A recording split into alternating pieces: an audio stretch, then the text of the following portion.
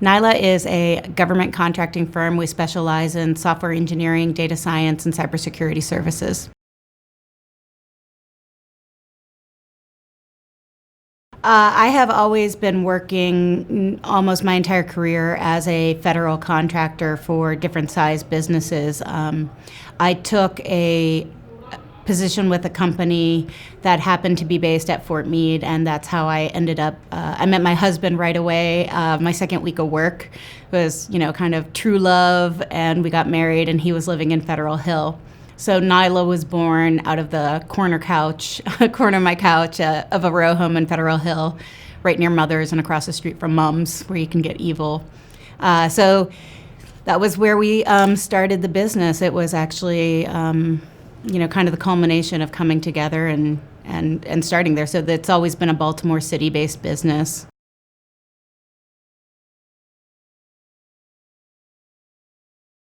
Well, we actually started with a culture manifesto, I think, really before. I'm trying to figure out if I created a culture manifesto before I even hired my first employee. But we started with a culture outline. But one of the things that was central to Nyla was that we were a Baltimore-based business. So some of the government contractors are, Maryland or Central Maryland. And I really took pride in the fact that we were based in Baltimore and ensured that it was clear even though we're a federal government contractor, that our home is in Baltimore and that we really take advantage of what's available to us at Baltimore. But Nyla's overall culture of people is first and foremost, we look for people who are doers. So we're really prone towards action. We have people who have a fire in their belly and people who don't like to wait to be told what to do. They see something on the ground and they would like garbage on the ground and they would pick it up and throw it away.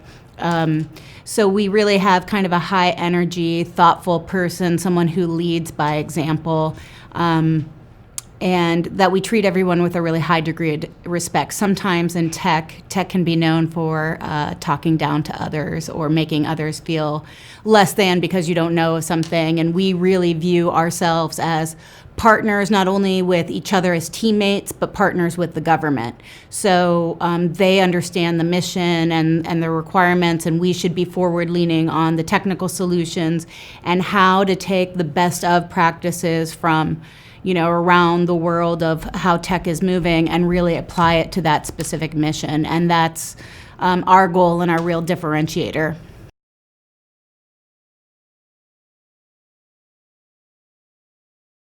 Sure. Nyla has been a HUBZone company, I think, since we started. I think just from when I was the first employee.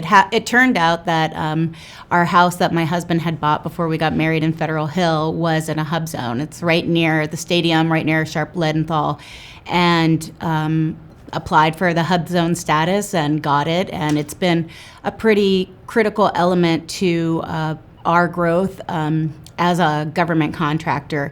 It's been at a minimum, it's a very unique marketing factor. So people are always looking for a HUBZone company or they don't really understand a HUBZone company. And so we're a high-tech HUBZone company. It's given us a platform to talk about Baltimore because people think all of Baltimore is a HUBZone, or people in the suburbs will wash everything with Baltimore with a broad stereotype. And so we're able to really highlight the benefits of that and the benefits of government contracting. And so the HUBZone program, in case you're wondering what the heck that actually is a federal government contracting program that is focused on providing federal contracting dollars specifically to companies that are investing in either very rural areas that are economically depressed or urban areas that are very economically depressed. So we have a requirement to have our office with the largest number of people be in a HUBZone and to maintain between a 20 and 35% status of HUBZone employees. So we are really looking to hire people from HUBZone environments and make them part of our company and invest in them and invest in our community. So it's been great for business, and it's been great for us really being a bigger part of the community than maybe we would have ever been.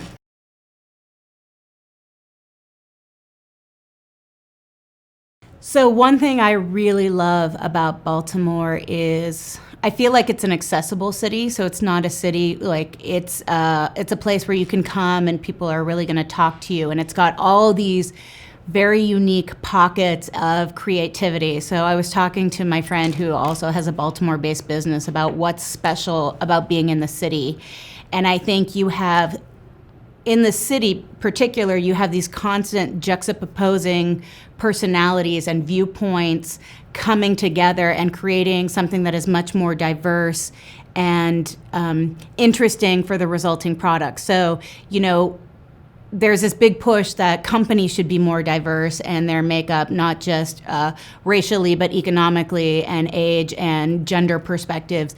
But why?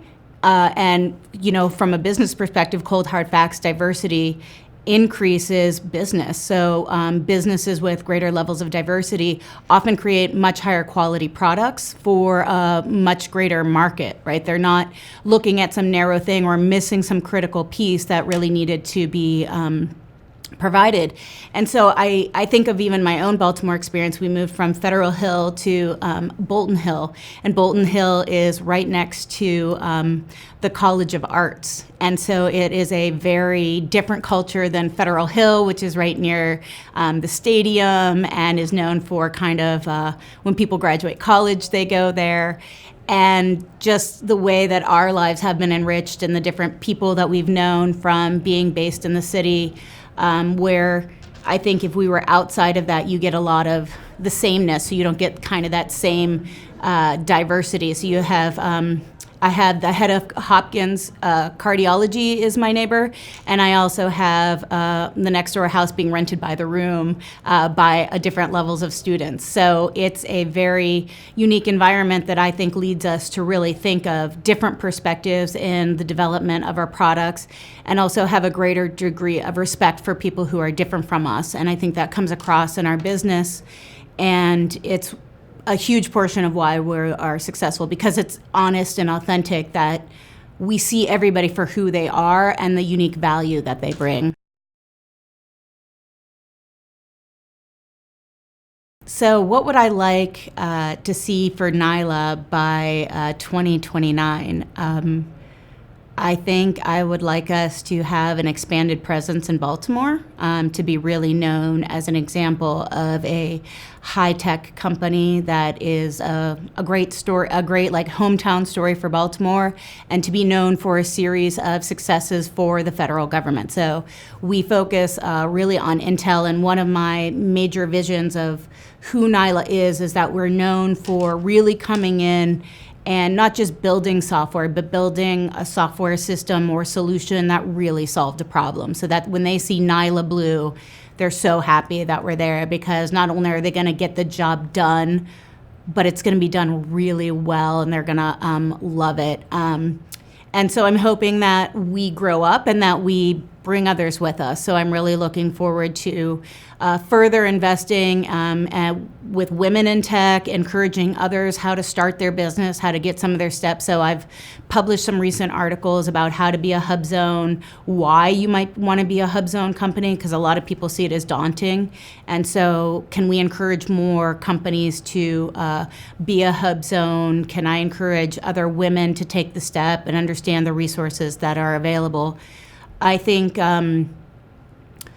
from a city perspective, I would like us to continue to see the revitalization and some of the economic strengths that have happened around the waterfront spread out throughout other neighborhoods. So I think that the schools need to continue to be improved. I think that's a big barrier to more people coming in and staying committed to the city. But I think that I think it's going to happen because people are not loving the big houses anymore, and they want that difference and excitement that a city life can bring, and to still have the education that's important for their children. So I think they need to see a path forward for their own selves, and I think that there's a lot of great programs. The Waterfront program has been great. I'm part of the Downtown Baltimore Family Alliance, which is really reaching out and showing how you stay living in the city as a family.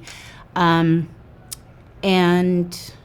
I think it's a great city. I love that it has all of these world-class sports teams. It has world-class education, and it's where I was able to get my start for business. And I love that you're able to talk to other people and really form. It's small to more for a reason, and that's also what makes it special.